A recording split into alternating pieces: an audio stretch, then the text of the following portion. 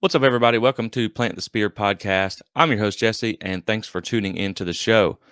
This is going to be our regular season review, as well as covering some news and notes that have broke the last few days. You can also view the kind of video version of this on YouTube. Obviously, if you're watching now on YouTube, appreciate you tuning in. So let's get to it, guys. So the regular season has wrapped up, which means the news cycle is going to be in full swing. And, there's never a dull moment in college football, especially with the transfer portal now. You got players leaving, players coming, players going, coaching changes, and just all kinds of things like that. And, not so much FSU at the moment, but, there's a lot to be reported on. So we're going to be staying busy here over the next few weeks and stuff. And, really with the portal, it's something initially that I was a little apprehensive about. You worry about it, losing players and things like that. But now I really embrace it. I do enjoy the portal. Now, of course, that's because of the success Mike Norvell and Florida State has had in the portal, obviously. But I do think with the portal now, sure, it can go both ways. The portal giveth and the portal taketh away. But at the same time, you don't have to be stuck in a rebuild forever now for 2, 3, 4 years trying to recruit, trying to get those recruits developed. Really now you can almost overnight success yourself. And so that is something that I really do enjoy about the portal. And it does just kind of change the game for, teams that are trying to get back to where they want to be. And we see how much it's helped Florida State. And so, Florida State, because of that, a lot of the people they were able to bring in, they had a successful season. And so we're going to talk about, like I said, some of the things that we saw that we liked, some of the things that, how they improved year over year from 2021, and some of the things I think that can really pay dividends going forward into 2023. Obviously, first off, we do have some news we're going to talk about, little negative, little positive, but let's just go ahead and get into that and knock that out. So obviously the first bit of news is negative. Sam McCall, the whole situation, he is, he's no longer on the team. He's no longer on the roster at Florida State. We knew this was kind of expected from the graphic that he put out on social media that he was going to enter the transfer portal, a while back, and then he retracted it. And, now he's no longer on the roster. He was removed from the team. So, it's unfortunate. I mean, you're going to lose players. It's not really a huge deal. He struggled to find the field at times. He only got 70 snaps on defense and, mostly in blowout games where, it didn't really matter. And he did get in on kickoff return as well, too, which was kind of a failed experiment for playing time. And then you look at a guy like Azareye'h Thomas, who is also a true freshman, came in with McCall and was able to get over 250 snaps on defense. And a lot of those came in crucial games. And, it's just one of them things where, like I talked about on social media when I put this out, was there's really two ways you can go about getting on the field. You can either expedite the process by being overly talented or just working really hard or being so good they can't keep you off the field. Or you kind of have to just let the process play out. Put in the work, do the best you can, and, wait your turn. And it doesn't seem like he wanted to do that. And so, they got to go their separate way, which I do think is best for both parties. I mean, obviously, you see in football and in life and everything like that, where if a guy's not happy or anybody's not happy in their situation, they want people around them to not be happy with them a lot of times.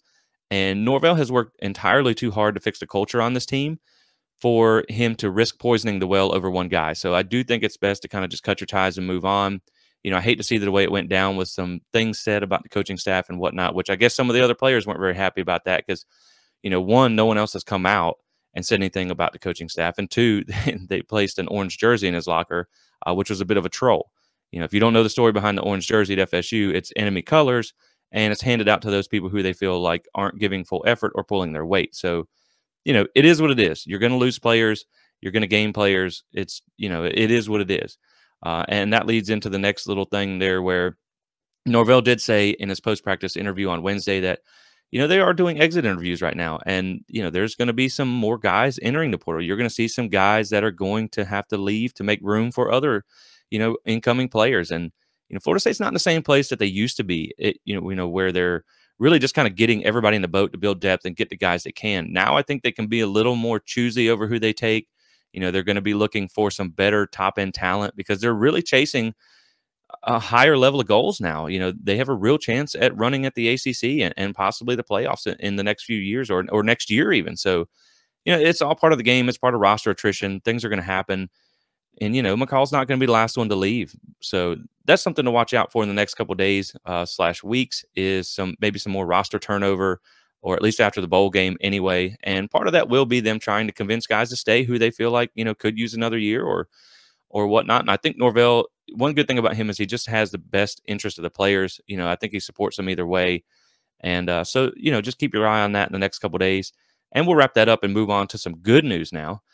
Florida State, first off, finishes in the regular season college football playoff poll at number 13. There may be a little bit of movement after the conference championship games, depend on how things go out.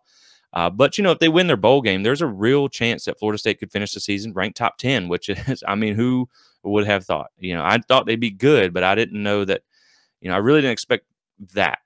But it's very nice to see. It's very promising to see them knocking on the top 10 with a realistic chance to get 10 wins and be a top 10 team at the end of the country, or excuse me, at the end of the year, which will really set up next year. That LSU game could be a top 10, top 15 matchup to open the season. And, another little bit of good news, speaking of the bowl game, Jamie Robinson and Jared Verse have both pretty much stated that they're going to play in a bowl game, barring anything crazy going on. They are planning on playing in the bowl game.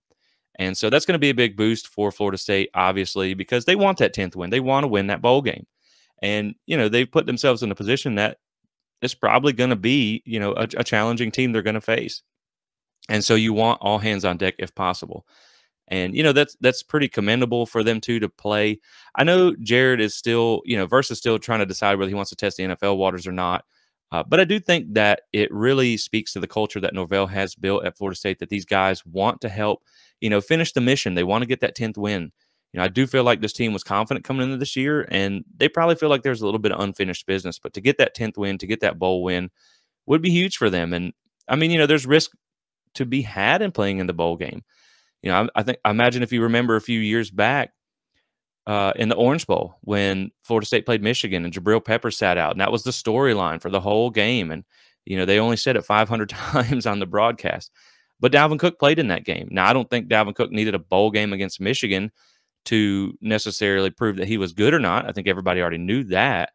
But he had a monster game, and so I don't think it hurt. So, there is a little bit of chance that they could prove something, but, there's also risk to be had, and I do think it's commendable for them to play. So that is some good news. One other thing I saw on social media, I don't know if there's anything to it or not, so we're not going to talk too much about it, but Fabian Lovett did post about an NIL deal with a dealership. Now, from what I understand, it was actually for last year. I'm not sure why it just got posted, but hey, maybe it has some. If you want to read the tea leaves or something like that, maybe it means some positive news for next year. Like I said, I'm not saying making any guarantees here because I don't really know what to make of it. But man, that would be huge, and you could see some news break in the next few days where Jordan Travis announces his return. I do think that's going to happen. I do think that's going to be the case. I think he will be back next year. And really, when you look at things, this is where you can see NIL get involved. Speaking of. I know that some of the NIL deals seem outrageous. And, when you're paying $5-8 million for a quarterback who hasn't even stepped on the field yet in college. But NIL really can make a difference more than just bringing in that high name, high dollar, or whatever you want to call it, recruit. It can also play a huge role in keeping players on your team and keeping them from going to the NFL. Because when you think about it, once you leave college, and you go to the NFL, say, you don't go as high as you thought. Now maybe you're collecting the league minimum. Now you have a mortgage. Now you have bills. You have a power bill. You have to pay for food and all these things. Like that money doesn't go as far if you were to get kind of a lucrative NIL deal, and still be able to be a college student. Like that does have its advantages. So, we could see NIL come into play in a few things here for Florida State to benefit them going into 2023. So next up, some more positive news. And this just speaks that we're going to transition now into the 2022 regular season review. And this plays into that. This is some real positive news that has come out, something that we have not seen in quite a while. And that is ACC honors by Florida State. So the first team ACC is, first off, let's start with, they had 15 total selections, second most in the ACC, and the most selections for Florida State since 2015. So like I said, that is really positive news just to see Florida State players back getting those mentions, back getting those awards. It's been a while since we've seen that. And so your first team all ACC honors goes to Jamie Robinson, Jared Verse, and Dylan Gibbons. When's the last time you saw an FSU offensive lineman on the first team. So congratulations to those guys. Second team ACC is Jordan Travis, which, we all know that if Drake May had not been, had the season that he had, Jordan Travis probably would have been your first team All ACC. You have Trey Benson on the second team as well, Johnny Wilson and Robert Scott. So, right there, two offensive linemen in the top two, first team and second team All ACC. That just speaks to what Alex Atkins and these guys, the work that they have been putting in. Third team All ACC, another Florida State offensive lineman. I mean, guys, who would have imagined? This is great. So then you look at the honorable mentions. You have Trayshawn Ward, another offensive lineman, and Maurice Smith, who was a top-rated 50 center per PFF this season as well. Fabian Lovett, Robert Cooper, Tatum Bethune, Renardo Green, and Micah Pittman round out your honorable mentions. So again, just a big year for them, and it's just nice to see them get back into getting their names mentioned in the postseason. And another one that we cannot forget to mention is Patrick Payton, who was awarded the ACC Defensive Rookie of the Year, and rightfully so. I don't think there was any question that he deserved that. He's really come on as a nice young player for Florida State. And I really do think he's going to be a crucial piece of this defense going forward. This was really his first season of getting real action. And a lot of that, unfortunately came because of some injuries. But, he made the most of his time when he got on the field. And I think that's really going to play well going forward. So, again, congratulations to those guys. And, just keep it going. And I hope this is not the last time that we see things like that. And so now getting back into it, looking at the season as a whole. So obviously Florida State finished 9-3 in the regular season, and they still have a chance to get that 10th win in the bowl game. They were 5-3 in conference play, and like we said, finished ranked 13th in the CFP poll. It was a bit of an up and down season, to be fair. They started 5-0, got a big win over LSU in New Orleans in the Superdome, which was huge for this program as a whole. I don't care how much people try and discredit that win. Which is insane to me that it's like that's been the whole narrative all season. It's just discrediting that was a bad loss for LSU, and no, A&M was okay. That was a bad loss. They got beat by Florida State. The only regret I have about that LSU game is that Florida State made enough mistakes to not blow the game open, because they controlled it for almost three quarters of that game. And if they could have really opened that one up like 34-17, then it just would have been nice. But it doesn't matter. They got the win. You can right there, you can see on my wall, I even have the block on the Bayou, 24-23, and I made that edit there, and I just made it into a poster because it was a really fun game. Like it was such a fun experience. If you were in New Orleans, you know what I'm talking about. Florida State took over the city, took over the Superdome, and really just kind of announced that, like, hey, the Noles are back, and and we're here to make some noise this year. And that's exactly what they did. Obviously you overcame a lot of adversity up at Louisville with a lot of injuries. You were still able to win that game, and I felt like that was another sign that this program had turned the corner. To be able to go down to some backups and lose some guys and be on the road facing adversity and still pull out the win. So that was huge there too. And then they go on a 3-game losing streak, and you kind of wondered whether the wheels had come off. Now at the time, those were against 3 ranked teams. Unfortunately, Wake Forest did kind of tank towards the end of the year, as well as NC State, which we know they lost their starting quarterback, Devin Leary. And then Clemson missed the playoffs. Doesn't really look like the Clemson of old, which is a good thing for us. So, hey, I'm not complaining about that at all. But then you were kind of concerned about what was, could they beat that better level of competition?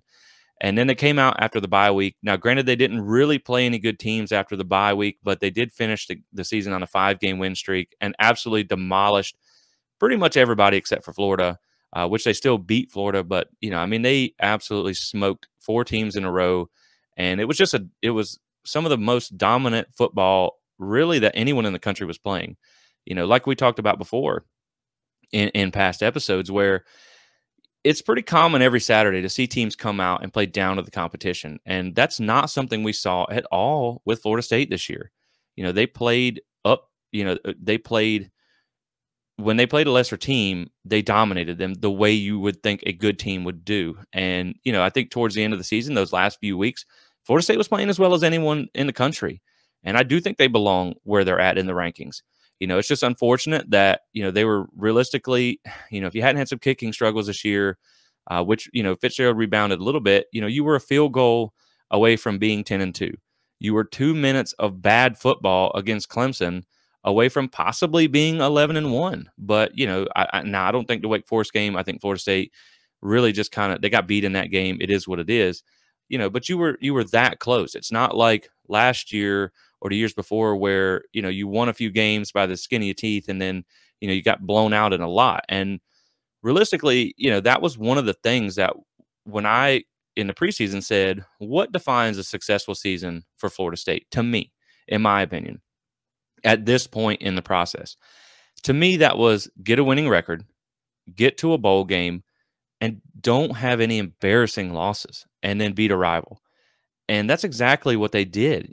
I predicted, at the beginning of the season, I thought they'd go around 8-4. So, they met to exceeded my expectations. I had their ceiling at around 10-2. I had their floor at around 6-6 because we still had to feel out how some things were going to play out with this team and this roster and some of the transfers that they took. But that was a really good finish for them.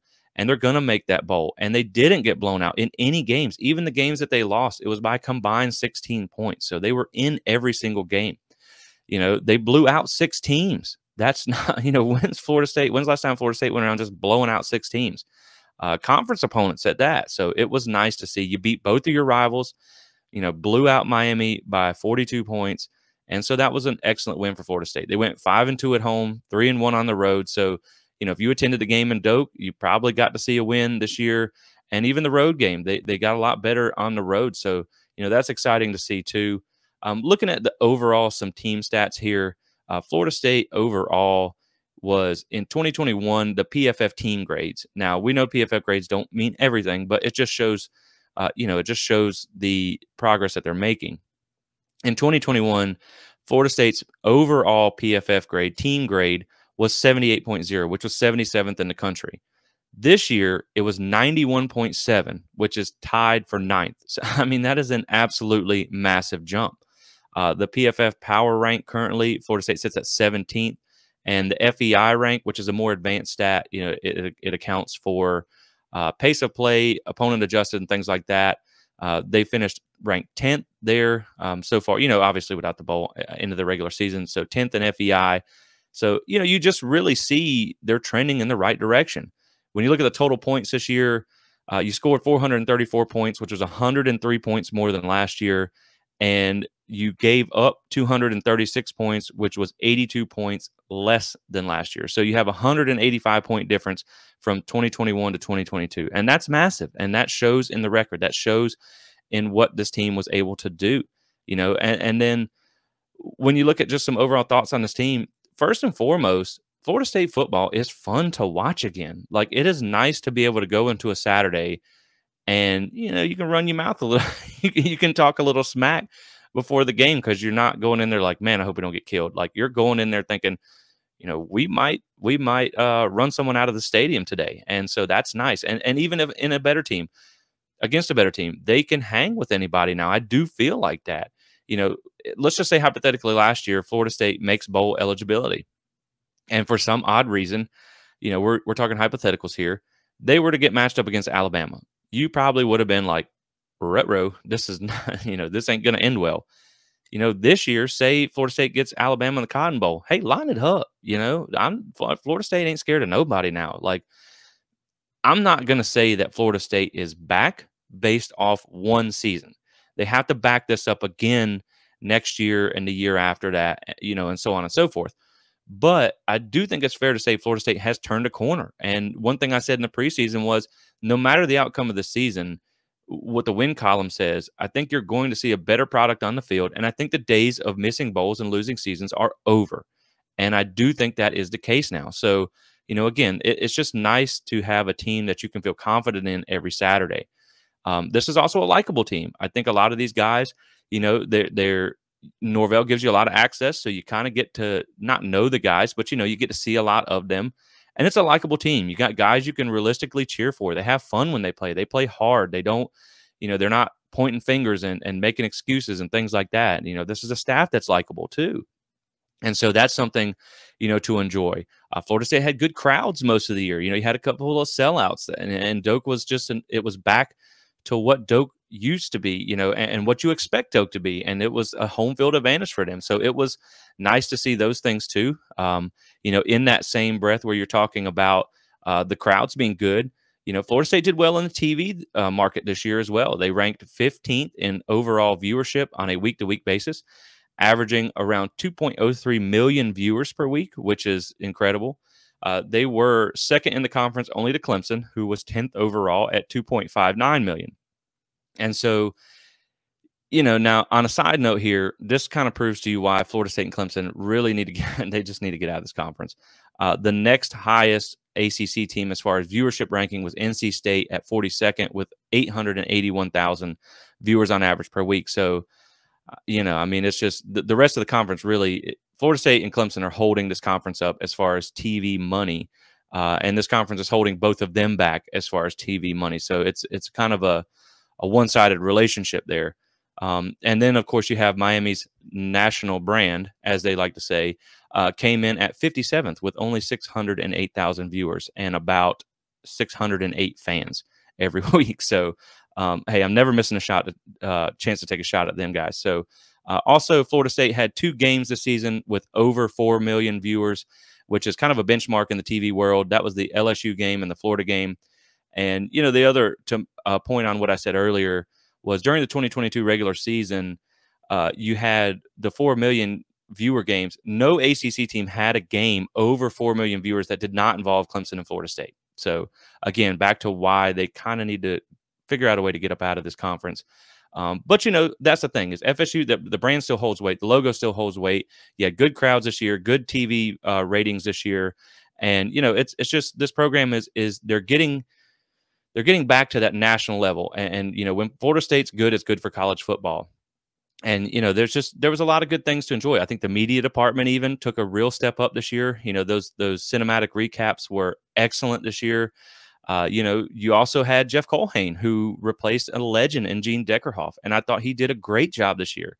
I had a few Saturdays where I had to listen to the game, and I really enjoy, listening to Jeff and William Floyd, and so it was really a enjoyable experience there. So really, I think as a whole, Florida State just had a good year altogether, and so that was pretty fun.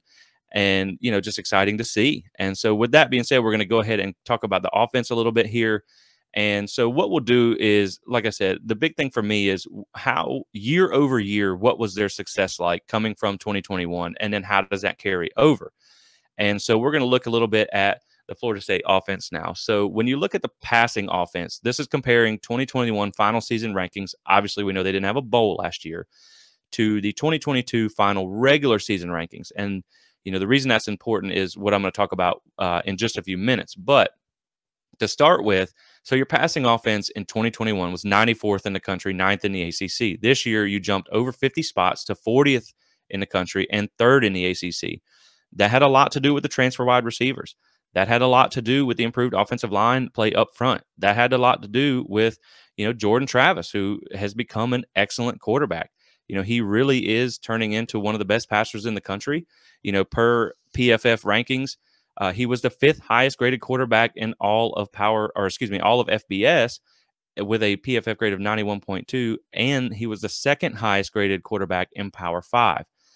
So that really did make a big difference this season. And, he finally had an off season where he wasn't dealing with injury. He had he was able to go through spring, and he was able to have a full year as a starter. So, when you look at, he was able to throw for 2,789 yards currently. He's still got the bowl game to go. So he may, he could eclipse 300 or 3,000 yards there. A completion percentage of 62.9%, which is good. 22 touchdowns to 4 interceptions, which is excellent there. And, he probably should have a lot more than that, because how many times did we see him throw the ball and it get down, on the 1 or 2 yard line, and then they run it in. So, but it was still a great ratio there. His adjusted completion percentage was 71.8%. Big time throw rate was 6.4%, which is great. And turnover worthy play rate was 1.8%, which is good. There wasn't one of them things where, Jordan Travis doesn't come out and throw for 400 yards in every game, but he's very efficient with the ball. And that's what really makes him so special. That and his running ability, because he's literally, he's like an escape artist back there. You cannot bring him down, which is nice. Well, not often anyway. He on the ground this year, he had 41 attempts, 471 yards, averaging 7.6 yards per carry and 7 touchdowns. Even had a receiving touchdown this year. So, he ended up racking up over 3,000 all-purpose yards and 30 touchdowns. And we're not, we still have another game left to go. And, it's funny in the preseason, I saw someone put out a question on Twitter that was like, what would you like, what player would you like to see on your team go off? And what would that mean? And I said, I would like to see Jordan Travis have 3,500 all-purpose yards and around, I think it was 30 touchdowns or something like that. And, you're sitting right there, 3,000 yards with another game to go and 30 touchdowns. So, it really was nice to see. And it obviously boosted the team's ability to run this offense this year, which is something that I think we didn't see in 2021. And that's why the rankings were so low, was they just didn't have the pieces to run this offense. Norvell was able to call an offense more similar to what he ran at Memphis because you now have the pieces to do it. In 2021, the cupboard was just a little bit bare, and that's just the honest truth about it. You had an offensive line that really wasn't conducive to standing back there and throwing the ball, and you had, receivers who were somewhat, overall, and that's no dish on the guys, but it was one of the worst in the ACC. So now you have one of the better receiving cores in the ACC, one of the best, if not the best quarterbacks in the ACC outside of Drake May, and one of the better offensive line units in the ACC as well.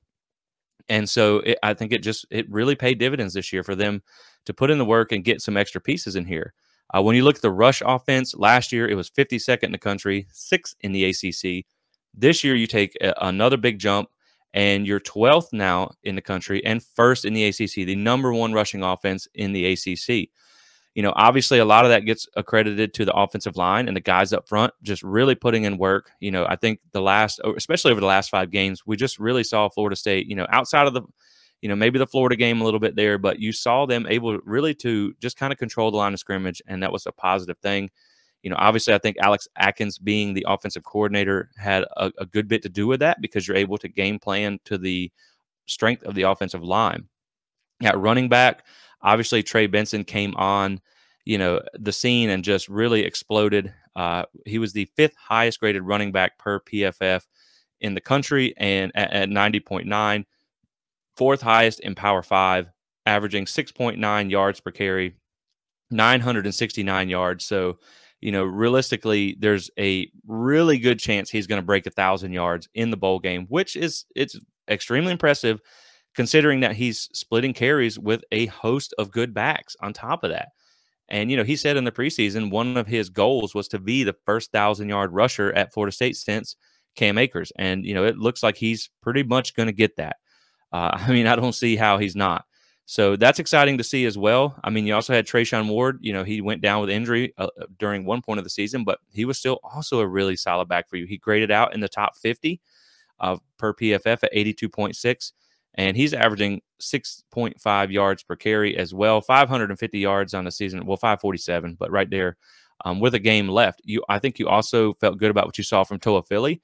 Rodney Hill looks very impressive as well. And C.J. Campbell, even as a walk-on who dealt with injury. Since he come back, he's a really exciting back to watch. Now, you got some other guys coming in, and I don't know if you're going to bring all these guys back for 2023. I think you could see one transfer out. That's a possibility. But, you got a lot of guys coming back that you're going to feel good about anyway. And just to touch on the wide receivers real quick, one thing, I know we already covered the passing offense, but one thing that I did note here, the thing about the wide receivers was you had like one receiver step up in just about every game. You didn't really have one overly dominant receiver. You had some that had really, like Darian Williamson had, he had a 100-yard game, and then we didn't see him again the rest of the season. I think that was because of injury, but you had different guys step up every game. So, maybe you don't point to an individual receiver, but as a receiving core, they had a very successful year. In 2021, we talked about their struggles. There was not a single receiver on Florida State's receiving core, in their receiving core, that had over 400 yards of receiving yards. I know that sounded just terrible there, but they didn't have over 400 receiving yards. In 2022, you have 4 receivers so far with over 300 yards and 2 more with over 250. So, as a whole, you've had a lot better production from your receiver group, and that's made a huge difference. And then continuing on down the list here, so total offense, You went from 80th in the country and ninth in the ACC to 14th in the country and second in the ACC. So now you have a top 15 offense, which was, again, it was nice to see. This offense was, unstoppable at times. Now they did have their struggles too. It wasn't perfect. Obviously, the NC State game, if they could have just got any more points in the second half, you would have won that game. But they still were able to come out and light up the scoreboard on multiple occasions. So your third down offense, a huge jump here, 101 spots from 105th in the country and 13th in the ACC to 4th in the country and 1st in the ACC. So they were excellent on third down this year on offense. So pass efficiency, 75th in the country last year, 8th in the ACC to 18th in the country and 3rd in the ACC, which again, it just goes back to what we talked about. Florida State's not going to come out and always throw for 400 yards a game, but they're efficient with their passing game because they know they have a legit run attack, so they can lean on the pass when they need to.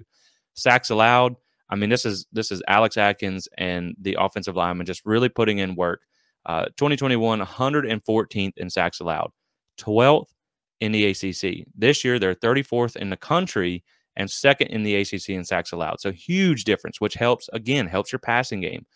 And, that's exciting knowing that on top of that, you have some of your best offensive linemen who are still being developed as young guys and haven't even started a game or haven't even really seen much of the field yet. So that's exciting going forward too.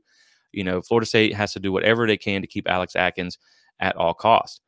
So top 50 defenses faced, just to show that it wasn't necessarily like they played a watered down schedule or anything like that to get these numbers. So top 50 defenses faced in 2021 was 5, and in 2022 it was 6 total top 50 defenses.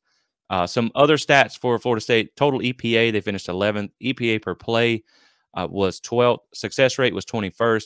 Yards per play was 10th. Explosive plays, they were number 1. This is over 20 yards. Plays over 20 yards, they were 1st in the country. So they were the most explosive offense in all of college football. On scoring offense, they were 18th. And now the only place where they really struggled was in the red zone. Now, I know a lot of that had to do with kicking. And, they were excellent in the red zone last year. So it was a little disappointing to see. And, that leads to a few of the losses there, contributed to that. They were 72nd in the country. But, overall, you have a top 15, top 20 type of offense. And that's just really exciting to see. Florida State was really able to do a lot of things on offense this year that were very impressive. And a lot of things that I do think will carry over into next year. And, that's really one of the things that's exciting for me to see is, things that are sustainable, things that can carry over. And, they were able to run for over 200 yards in 7 games this season, 7 consecutive games. And 2 of those came against really good run defenses in Clemson and NC State, who are top 20. And, that's just, like I said, that's exciting stuff to see. So, I think that stuff carries forward, especially, if you can restock the offensive line, because, if Jordan comes back, a majority of the receivers, minus maybe Pokey Wilson, should be coming back, unless you have any unexpected departures. You add in a Hakeem Williams there, and, you really feel good about what the receiving room, the quarterback situation. You feel you got Brock Glenn coming in too as well. That's a big pickup for Florida State. You may lose somebody now. That's always a possibility. You feel good about your running backs coming in the next year. I think you just need to really shore up the offensive line a little bit. And, I think that's really where your only question marks are. But, you do have a good core nucleus of young guys right behind them. But I do think you could certainly go into the transfer portal to grab a couple of other guys there. And, just to shore things up in the middle. Maybe if you get a day one starter at offensive tackle, I think maybe you kick the tires on him too. Just because we saw them have to get into their depth a little bit this year, which was it was a little troubling, but I think you were able to recover there and make some moves that were able to get you by the season. If you'd had Bless Harris the whole season, who knows? But I think you could use some pieces in the portal. But other than that, you feel really good about this offense. And so next thing we're going to talk about the defense here. Florida State had a pretty good year on defense. They finished with a top 15 total defense, which was impressive. I still think this defense is probably a couple players away from being, good to elite or great to elite, should I say, but they are a really good, solid college defense.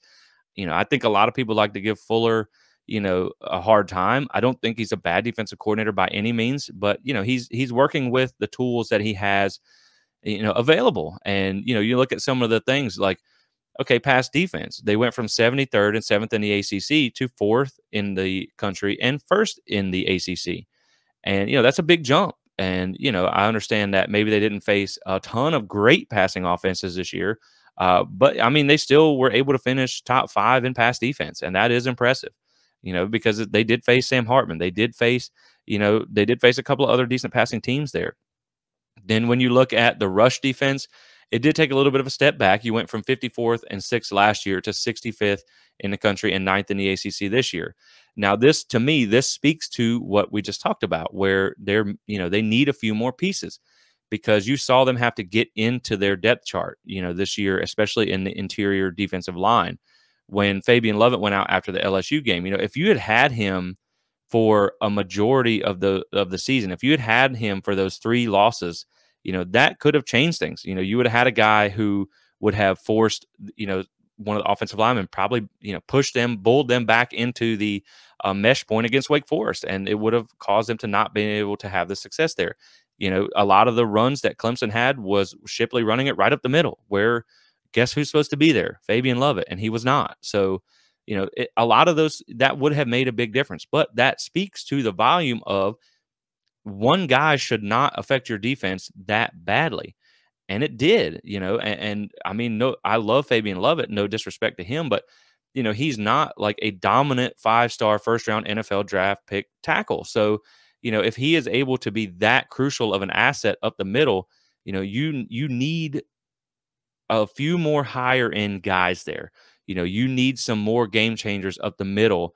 And I know Robert Cooper, he really kind of had a quiet year, but he was there for, really every game, played consistently throughout the year. So that was nice to see. But, again, he had to eat a lot of double teams because, Fabian was out. And so, like I said, you just look at some of the things that they have, the challenges they had to overcome on defense. It would have been nice to have a couple guys there, but like I said, you do feel good about like Joshua Farmer coming back. He was able to step in. Malcolm Ray had a pretty decent year. Some of the things you saw the guys step in there. Obviously, the linebacker play was much improved this year. And but they still have a little bit of ways to go. Obviously, if you can get Verse back, that would be excellent. But you do, like we said, you feel good about Patrick Payton. But this is going to be, I think the defensive line is going to be the one spot next year or this offseason that they really need to focus on in the portal. I think, you have some young guys that you feel good about, but, like we talked about before, Florida State is not playing for a bowl game anymore. They're not playing for a winning season.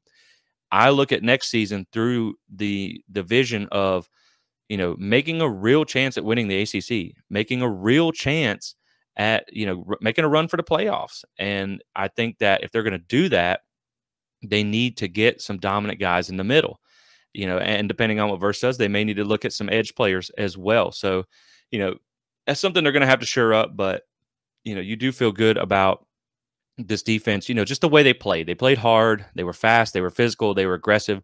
They just need to get a few more high-end pieces in there.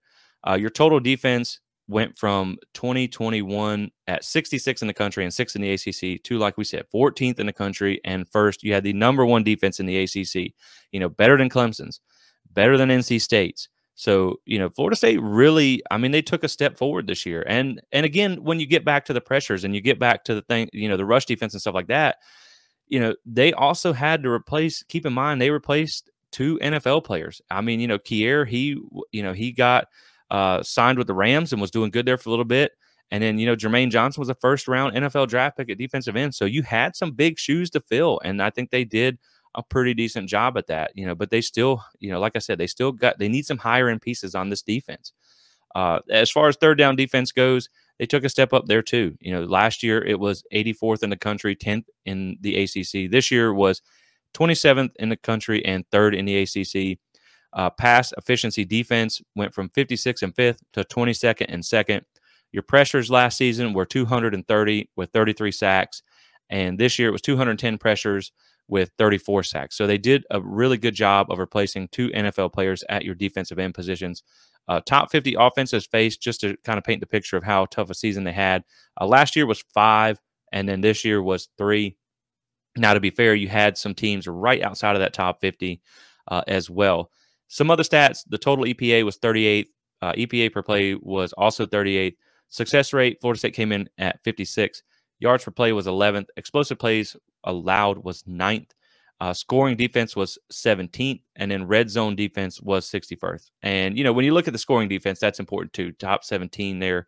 I feel like this defense, like I said, they had a good year. I mean, they had some struggles at times, without a doubt. They gave up over 30 points a few games, which you don't want to see. But, there was a lot of times where, this offense made mistakes and turnovers and put them in short fields and tough positions, and they were able to get stops when necessary to help this team get some wins, that maybe they wouldn't have got otherwise without this defense stepping up. So I do feel positive, like I said, going into next year, if you can get some guys to help out. If Tatum Bethune comes back and Kalen DeLoach comes back, you have two good linebackers right there to build around.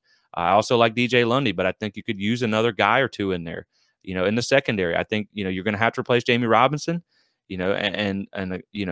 I do think that you got some young guys that you feel really good about, but maybe you could look at taking if you get a high-end DB that you can find in the portal as well, just to shore up that secondary on top of that. But, overall, not a bad year by the Florida State defense to finish top 15 overall. I mean, you're top 15 in offense and top 15 in defense, and at one point you were top 10 in both in yards per play of adjusted offense and adjusted defense, opponent adjusted. And, at the time, now this was a few weeks ago, but at that time, I think it was Florida State, Georgia, Michigan were the only teams in the top, I think it was top 10 or something like that in opponent adjusted offense and defense. So, Florida State, even at 9-3, you're the way you're performing on the field, you're in some elite company here. So, again, I think Florida State had us, it wasn't a bad year on defense. So I do look forward to what they can do next year. I don't think you're going to see them get rid of Fuller or anything like that, because I don't think he needs to be let go. I think he's doing the best he can with some of the things the players that he has to work with. And I do like these players. I mean,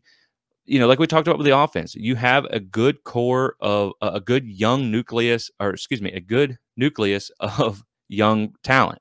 You feel good about Josh Farmer. You feel good about Patrick Payton. You feel good about Azarie Thomas. You feel good about all these guys, but you also do need some of those higher end pieces that can come in and be dominant, because a lot of times, I don't care what the scheme is.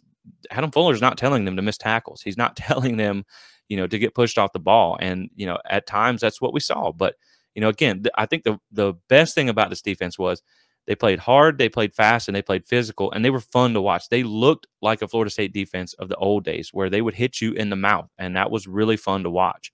I think one of my favorite plays all year was Jamie Robinson just ragdolling Miami's quarterback, and then you had Renardo Green, where he just like bulldog tackled the LSU guy, or Jaden Daniels, I believe it was. So it was, there was some fun hits. There's some highlights from this defense that was exciting to see. And we'll cover special teams real quick as well, because this was actually one of my keys to a successful season for Florida State was fixing special teams, because as we know, last year it was an absolute it was a liability to this team. It was kind of a disaster. And so when you look at kickoff return, they went from 77th in the country and 13th in the ACC to 8th in the country and 4th in the ACC. Kickoff return, man, they were bad last year. 122nd in the country and 11th in the ACC, up to 77th in the country and 9th in the ACC. Not a huge, not a real huge jump there. But, last year we saw where they didn't know whether to fair catch it. They didn't know when to field the kick. And it was just a disaster all the way across the board. So big improvement there. Now, punt return, you did see a big uptick. 118th last year and 13th in the ACC to 25th this year and 3rd in the ACC. So, I mean, Micah Pittman was a big part of that. And, and keep in mind, too, as far as your return game, your most dynamic returner was Winston Wright. And, you lost him for the season. Now, he's already announced that he's coming back next year. So not only are you going to get a boost in your receiving core, you're also going to get a boost on special teams by having an electric returner. And, that is one thing, like with losing Pokey Wilson, due to him being a senior, getting Winston Wright back and him coming back for next year is huge, because I think he's just going to step in and fill that role. He had over 600 yards receiving at West Virginia, I believe, his last year. So he's going to step in as one of your most productive receivers, and I think it was a huge loss for him to be out the season for both special teams and for the offense, because, if you'd had Winston Wright, that could have added that extra dynamic, target that could have put you over the top in a few of those games. But again, it is what it is. It's water under the bridge now, but that is something to be excited about for next year. So your punt return defense, This year, or we'll start when last year was 80th in the country, 9th in the ACC. This year went up to 30th in the country and 3rd in the ACC. Net punting, Florida State was 33rd last year and 68th this year. But one thing I do want to point out too, and this goes back to the offense and the success that they've had. This was kind of an insane stat when I found it. So in 2021, Florida State ran 786 plays. They punted 61 times, which is a punt every 12.9 plays. This year, they ran 832 plays, so a fair amount more, and only punted 32 times, almost half as much. So that's kind of crazy. That's one punt every 26 plays. So again, that is, that is extremely impressive. They punted the 7th fewest times in all of FBS. So that is definitely impressive by this offense. And, Mastromano just didn't get a whole lot of work, but when he did, he was pretty good, and so when you look at, some of his punts, he did have 14 of his 32 punts go down inside the 20. We know we saw a couple of them where they were down like crucial punts just at the 1 yard line, 2 yard line. So that was pretty good there. He only had 3 punt touchbacks on the season. So Mastromano did pretty good this year as well. Block kicks, they didn't have any last year. This year, obviously, we know they had the one there in LSU. And they were definitely, this is a Micah Pittman influence here. Just being sure-handed with the ball. Last year, they had 4 muffed kicks. This year, it was down to only 1. Obviously, we can't talk about special teams without mentioning the kicking struggles. Obviously, that was a disappointment. Now, I feel like Fitzgerald did rebound some towards the end of the year when he went back to his 3-step approach. He was 54 of 55 on PATs and also 10 of 17 on field goals. Now, of course, we do know that those kicking struggles did influence the season, did influence a couple of decisions that were made in the red zone. So you really do hope they get that sorted out for next year. I don't know that they're going to take a kicker in the portal, but to me, if you find an automatic money kicker, I'm going to take him just because you obviously see they didn't have a second guy that they felt good about trusting in a game situation. But again, I think overall, Florida State really did have a much better year on special teams. They had a unit grade per PFF of 86.4. So that was good to see. Like I said, that's 9th in the country. So last year, their PFF unit grade was 67.1, which is 105th.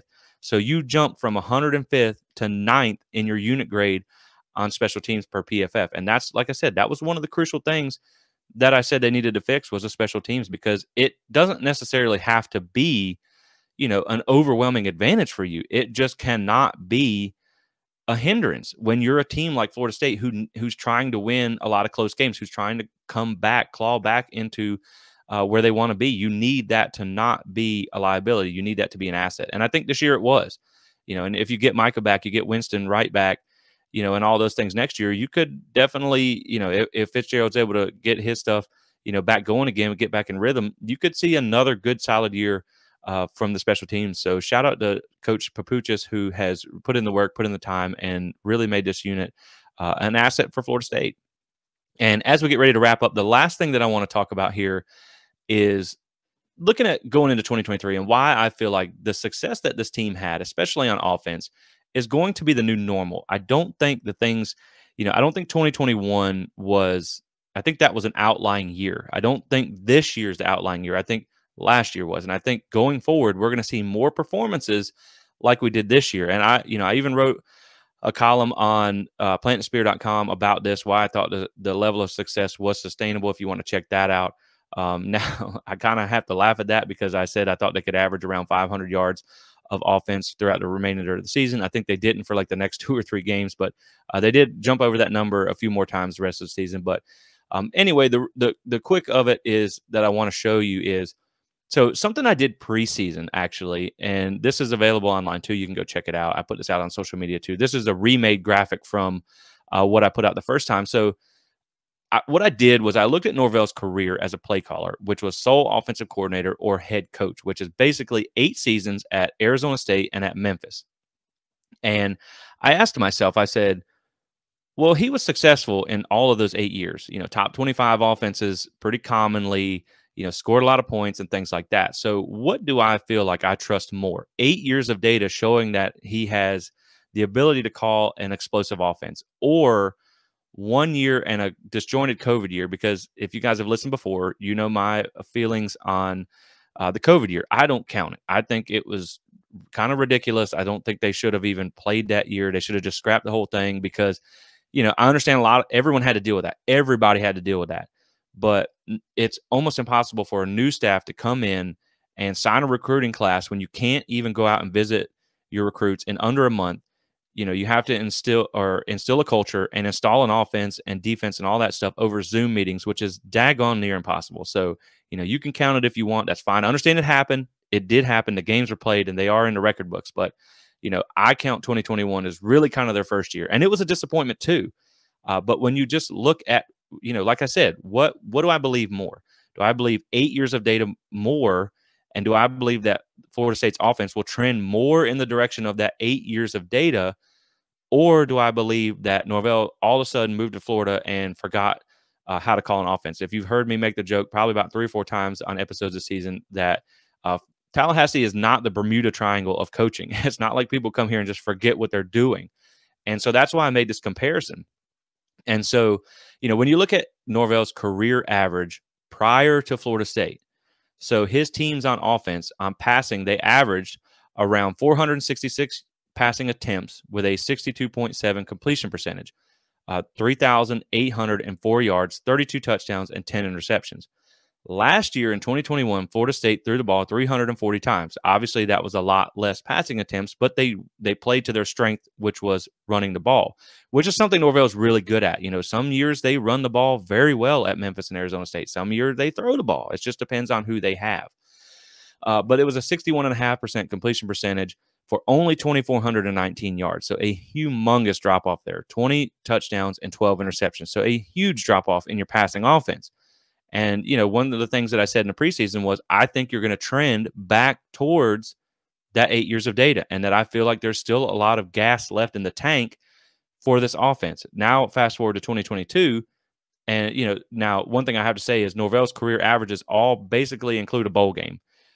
So this year, I kind of included that as well towards the end, but on a little bowl projection here. But, as far as regular season, you're currently sitting at 357 passing attempts with a 62.2% completion rate, 3,094 yards, 26 touchdowns, and 6 interceptions. Now, if you tack on the bowl projection, you're going to bump that up to a little over 380 passing attempts, over 3,352 yards. I wrote a little too small for me to even read it there. So 3,352 yards with a bowl projection and 28 touchdowns. So, look, you're right in line with with his career averages. And that's exactly why I thought this offense had a lot of potential that just wasn't there yet, because they didn't have the pieces to run this offense. And this is why when they get those better pieces, I feel like they're going to be, this level of success on offense is going to be more sustainable. And it's no different when you look at the rushing offense. So again, over his career averages, you're looking at on average throughout the season, 545 rushing attempts, 2,629 yards. That equates to 4.82 yards per attempt with an average of 30 touchdowns on the season. So last year they ran the ball 446 attempts, 2,134 yards. So again, a big drop off there as well, 4.78 yards per attempt and 21 rushing touchdowns. And they actually ran the ball pretty decent last year. Now, when you look at this year, 475 attempts on the year, 2,614 yards, 5.5 yards per attempt, and 31 touchdowns. You are literally like lockstep with his career averages. Now, if you tack on that bowl projection, you're looking at around 515 attempts. Now, this is using their per game averages and just adding on an extra game. Obviously, nothing's guaranteed, but that's just how I came up with these numbers. So your bowl projection would put you at 515 carries, 2,832 yards, and 34 touchdowns. That is over his career averages. So, like I tell you guys all the time, it's never about being right or wrong for me on the show. And I am going to do an episode coming up where I grade myself to see, was I worth following this first year, of my first year of covering Florida State? And did I get things right? And did I get it wrong? And I think everybody should do that, if you cover a team or anything really. But it's right there, so this was expected for me. I thought this was what's going to happen. And this is why I do feel like it's more sustainable than going back to, that one disjointed season where they were still trying to sort out some roster shortages. And when you look at the total offense, it's the same story. 6,433 yards per season with 62 touchdowns is his career average. Last year, a humongous drop off, 4,553 yards of offense and 41 touchdowns. This year, you're currently sitting at 5,708 yards and 58 touchdowns. Now, if you add in that bowl projection, like we talked about, you would be at around 6,184 yards and 62 touchdowns. I mean, I can't write that any better than you are hearing. I mean, it's kind of insane. Like when I said that, I was like, I'm pretty sure this is this is how things are going to go. I didn't think it would literally be that close. But again, that's why you have to look at the whole picture. You have to go back and look at what this staff was able to do prior to being at Florida State. And he wasn't hired, he was hired because of his offenses. And so I do think, like I said, I think this is sustainable. And when you look at the top 50 defenses on average over Norvell's career, he faced about 4 a year. Now, those were, some of those were in Power 5 at Arizona State. Some of those were at Memphis.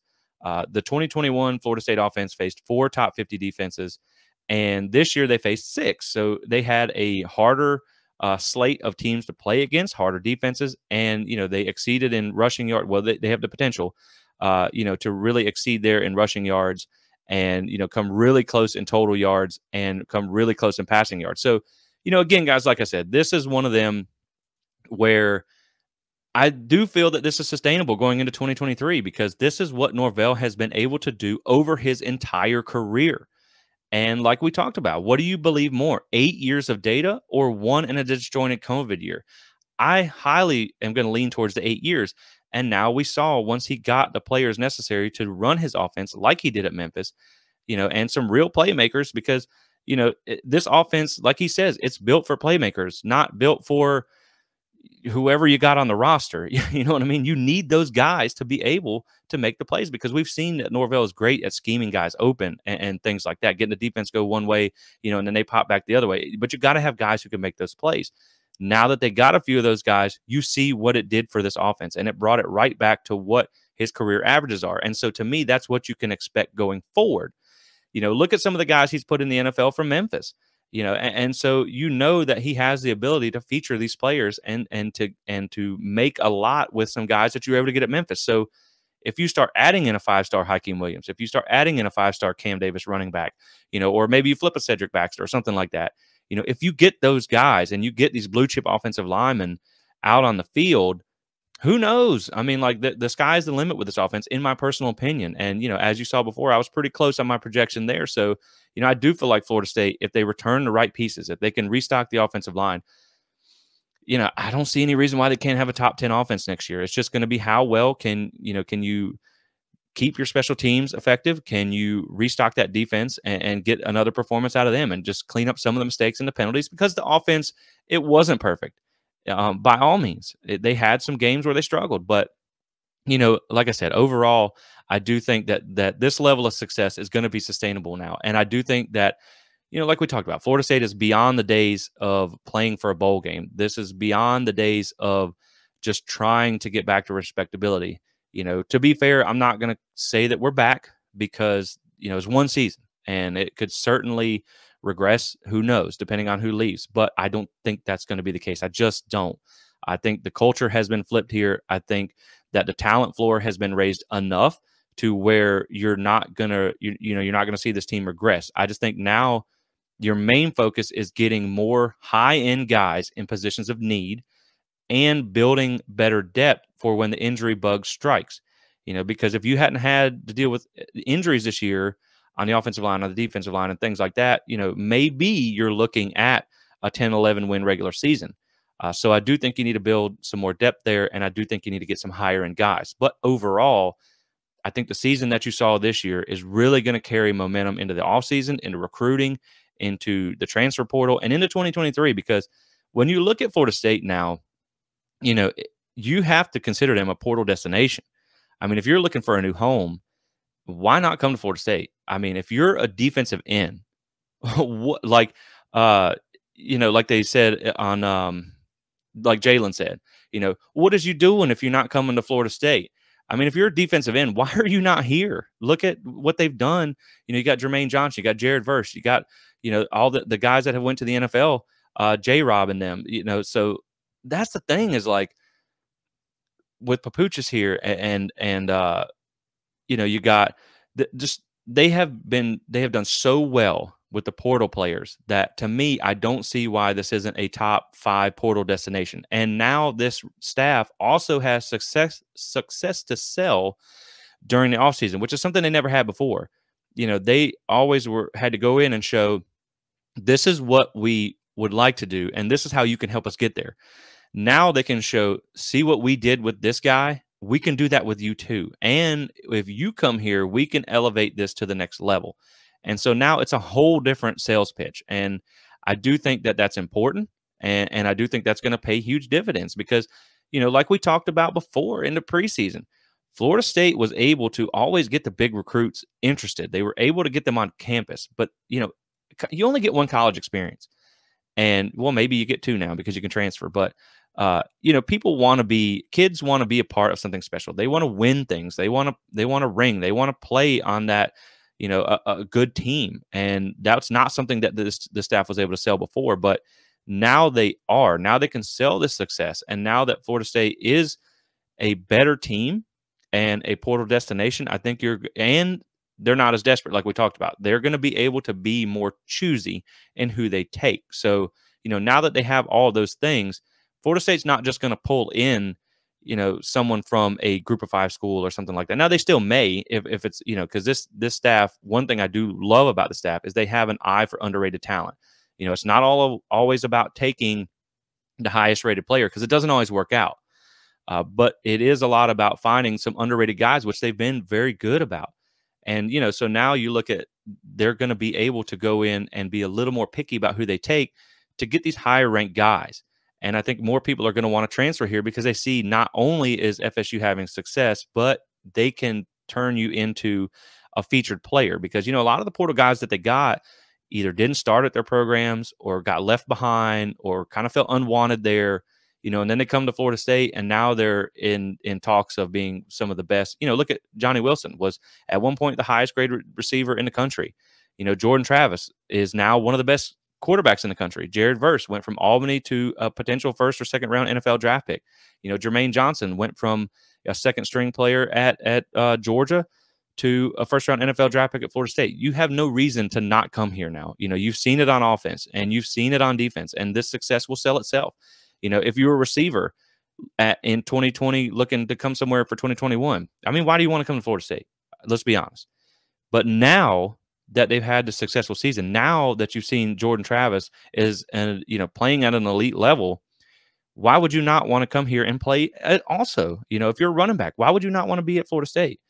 And so I do think, there are other good teams out there, of course. I'm not trying to make it sound like, Florida State is the new Alabama or anything, but which, hey, they may be on the way out too. But I do think Florida State is in a position now where it has turned a corner, whether they're back or not, they've turned a corner. They are now working on sustaining the success and getting back to where they want to be, which is on top of the ACC, winning the ACC championship and making a run at the playoffs. And I do think that is, wholeheartedly, I do believe that is in their sights for next year. With the way things have looked in Clemson, you got Sam Hartman's going to test the waters of the NFL, so he's not going to be there at Wake Forest anymore.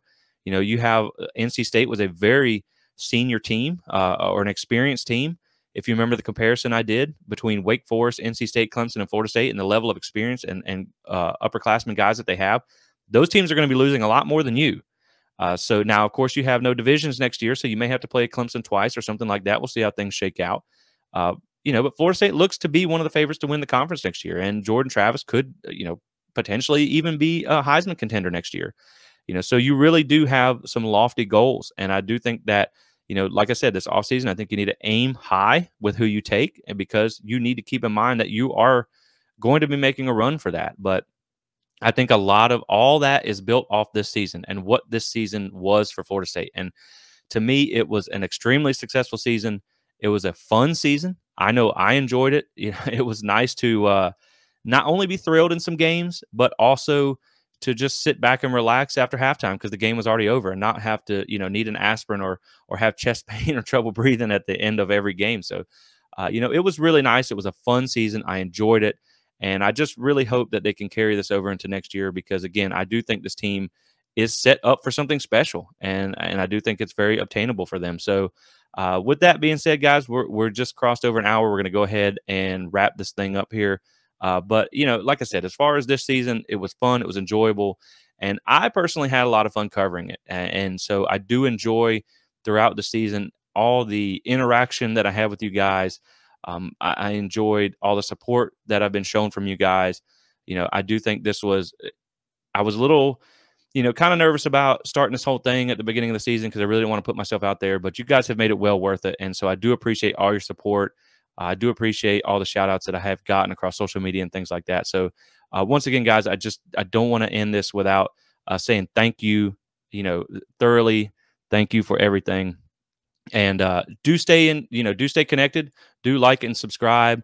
Follow us on social media because it's going to be a busy all season. We got a lot to cover. We have a bowl game coming up. We should know who that's going to be in the next week. And so I'm just excited to keep this thing rolling, just like the Noles. So once again, guys, like I said, I do appreciate everything, and I do thank you for tuning in. And we're going to wrap it up here. So thanks, guys, and as always, go Noles.